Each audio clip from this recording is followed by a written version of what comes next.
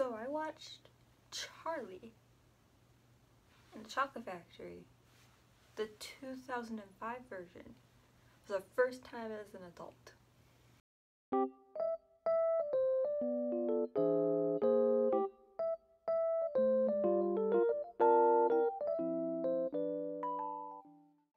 So if you don't know, I think Charlie and the Chocolate Factory came out around like 2005-ish, and I was around like 7 or 8.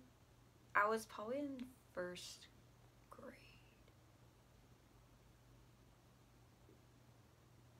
Yeah, I remember watching a compilation video on YouTube, and my boy, my man Willy Wonka, is taking no shit from anyone. Take no shit from kids, take no shit from adults. Like, he's just savage, and I appreciate that now as an adult. So that prompted me to watch the entire movie on Netflix, because it's on Netflix. And y'all, I have many thoughts on this. As an English major who was trained to look way too deep and overthink on literally everything in media, that is precisely what I did, and I want to share that with you. And as Willy Wonka demonstrates in this film, I too have chaotic energy when it comes to my thoughts. So yeah, they're gonna be really scattered, I feel, so just be prepared for that, I guess. So I want to start with something that I kind of noticed right away. So I feel like every kid except for Charlie, of course, I feel like Charlie is like the only, like, you know, decent human being that's a child in this movie. But I feel like every kid that goes to the factory represents some kind of deadly sin, like, because there's 7 deadly sins, or 2. Well, they kind of are on a spectrum. So Augustus, okay, I think it's very obvious, but gluttony, I think that he's representative of a glut, and maybe a little bit of a sloth, maybe, but more so glutton, because obviously he, you know, just eats a lot. So Violet definitely represents pride and maybe a little bit of greed, and I say that because Veruca and Violet were like best friends in the film when they first meet, so I think it kind of go hand in hand, and they literally, like, you know, went hand in hand. So yeah, but I think that Violet represents more so like pride, because I mean, she is wealthy like Veruca, but she more so is like she values her achievements, and I mean, like mother like daughter, you know, because her mom is the exact same way. So Veruca definitely represents greed, and I feel like this doesn't help that she's also from a really wealthy family, and that's the reason why she got there in the first place at the factory, because her father went out of his way to hire all these workers and buy all these boxes of Willy Wonka chocolate and like find the golden ticket, because she wanted it. So yeah, definitely agree. Mike, I think he represents wrath, because like from the get-go when they first show him, he seems like very angry. I mean, he's also really smart though, like because I think he got the golden ticket like through like a very hackerish way. I think that he overall, like, you know, has a little bit of anger issues, but you know, and also like he has like really permissive parents. Like his parents just slide his like anger aside, and it's just like, okay. And that is why your child is like this, but you know. And to be honest, I actually do feel really bad for Violet. I feel like she's coerced by her mom to be exactly like her. I feel like her mom exhibits a lot of narcissism and perfectionism, and just kind of puts that on her daughter. I mean, they have the exact same hair, they wear the exact same outfits, like even in the interview to like when they go to the factory, like they wear the exact same outfits, and like the way that her mom like looks at her, or looks at Violet when she talks, like in the interview and sometimes even in the factory, like it's almost like she's like, you better say what I say, otherwise I'm gonna, you know. And I feel really bad for Violet because I mean she's only like a kid, so she just thinks that's normal, and it's just, I don't know, I just feel the worst for Violet, even though like, I mean, other kids believe that whatever, you know, their situation is normal too, but I don't know, something struck a chord with me with Violet because I guess I can kind of relate with that, and that's why I feel really bad for her. And also like it kind of gives me like Dance Mom vibes or like Toddlers and Tiara vibes, you know, their relationship. Yeah, hopefully I make sense of that. The one thing about the beginning of the movie, so okay, so they say that like Charlie isn't, you know, athletic like the others or smarter than the others. You know, the movie's trying to portray him as this very like, you know, simple boy, you know, but Charlie is really out here. Like he literally built the entire like chocolate factory out of deformed toothpaste caps from it when his dad would bring them home from his work. Like he literally built a really good replica of the chocolate factory, and I'm just like, this kid's not as, you know, smart or creative, or you're saying all these things, but you know, he does this, like, you know, no, make it make sense. And I also noticed that despite him or Charlie being really poor, he does kind of have a sweet setup. Like his room is like, you know, he has all these lights and he has his own room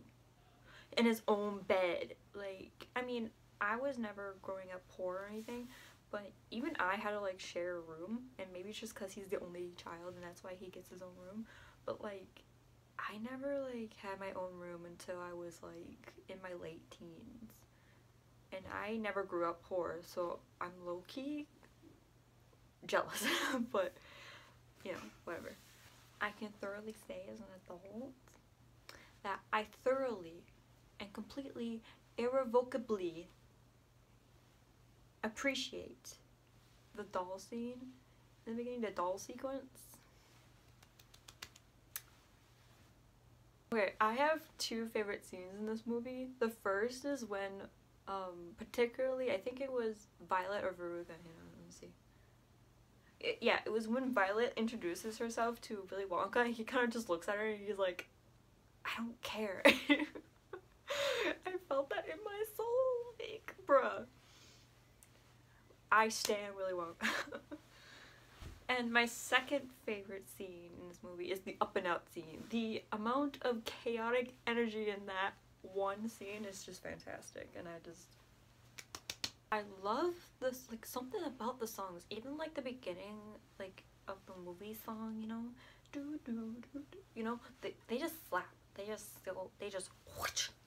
And I also don't know what is up with like movies in like the mid 2000s, like children's movies that are like a little weird, but they always have like this like roller coaster sequence. I've seen this in Polar Express too, where like the train is like going on this weird freaking like almost freaking like roller coaster-esque thing.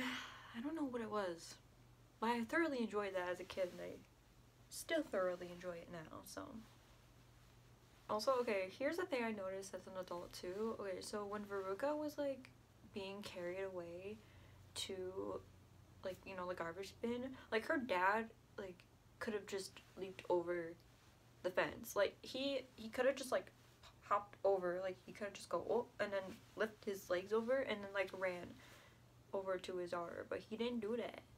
He didn't do that. It's like, bruh, you could have, like, you didn't have to wait. Like, if you sorry. Also, okay, so here's like a runner-up moment in like my favorite scenes, when Veruca's dad just like gives Willy Wonka his business card and Willy Wonka's just like, beat. Like, what can I say? I appreciate Willy Wonka's savagery. And also when like Willy Wonka would just always tell Mike to just shut up, because like Mike is always like, you know, he's a smart aleck and like thinks that he like knows everything, because I mean he does know things, but like he's kind of obnoxious. But Willy Wonka's like, just no, just shut your mouth And it's funny because like all the punishments that the kids went through reflect kind of like karma, like put your money with your mouth is kind of bad. Like with Augustus, like he got punished by you know, falling into the chocolate river because he was like, you know, and then like I swear like he should have like died in the tube thing because like that's suffocating. Like I'm surprised like, you know, like they didn't mention that, like, you know, being in a tube like that with no air, it's like okay. And Violet, very funny because like, you know, she's like a chewing gum champion, I think, and like she's like, no, I'm just gonna chew this gum, and then ironically she turns violet because her name is Violet. Oh my goodness. Veruca, I think that Veruca's is the most obvious in terms of like karma because like, you know how there's a bunch of squirrels who are like trying to like find the bad nut? It's kind of like how the workers were trying to find the golden ticket. It's like the reverse though. They're trying to find the bad nut, but like Veruca was the bad nut, and they collectively just like, I feel like the squirrels are like representative of like the workers that like her dad hired. I don't know. Does that make sense? And also obviously, well, I don't know how obvious, but Mike's punishment was, you know, because, you know, Mike is addicted to video games and he wanted to be in the TV, and he literally got punched by a like, well, it's not like a video game thing, but it's like an old school video game, like, you know, those like things that you push and they like the toys and they punch. I thought that was very ironic too, which is really I also came up with a ranking of like the worst to least worst punishments, and I feel like this kind of is representative of like how unfair life is, because like Veruca got off very easy, and it's like, because usually rich people, when they get in trouble, they tend to get off like really easy, and that's really representative here because like they're just covered in trash, like that's it. And then I think the second least, or I'm going least worst, sorry, the second like least bad I would say is Augustus, because like he just got covered in chocolate, like he just, you know, whatever. Maybe Augustus is like the least worst, I don't know, but anyway. And then obviously then Violet, like there's nothing wrong with her except, you know, she's always gonna be, you know, violet or blue now. But okay, here's another thing. I'm really sad because like, you know, Violet is able to like, you know, she's showing off to her mom like, you know, look, I can do these things, like, you know, she's really flexible and everything. But her mom is like, yeah, but you're blue, and it's like, maybe I'm just reading too much into this, but I feel like even though like her daughter is able to do like all these things, like her mom is still disapproving of her because she's not exactly the way she wants her to be. And I think it's very telling of their relationship, and I just think it's really sad and everything. Anyway, and then obviously the person that got the worst punishment was probably Mike, because he's like forever like, you know, this like 2D monstrosity abomination, like oh my goodness. I think the ending is really interesting because, like, you know, like Charlie is like, I'm not gonna live in the factory with you if I have to give up my family, and you know, Charlie loves his family and his family's really loving, so. But I can also understand why Willy Wonka thinks the way he does, because, I mean, well, his father, I mean, you saw like the clips in the movie where his father was like overly strict, and he couldn't really like enjoy a lot of his childhood things. Like he didn't even eat candy until he looked around like, I would say like 10, 12 years old, and he had to do it behind his father's back.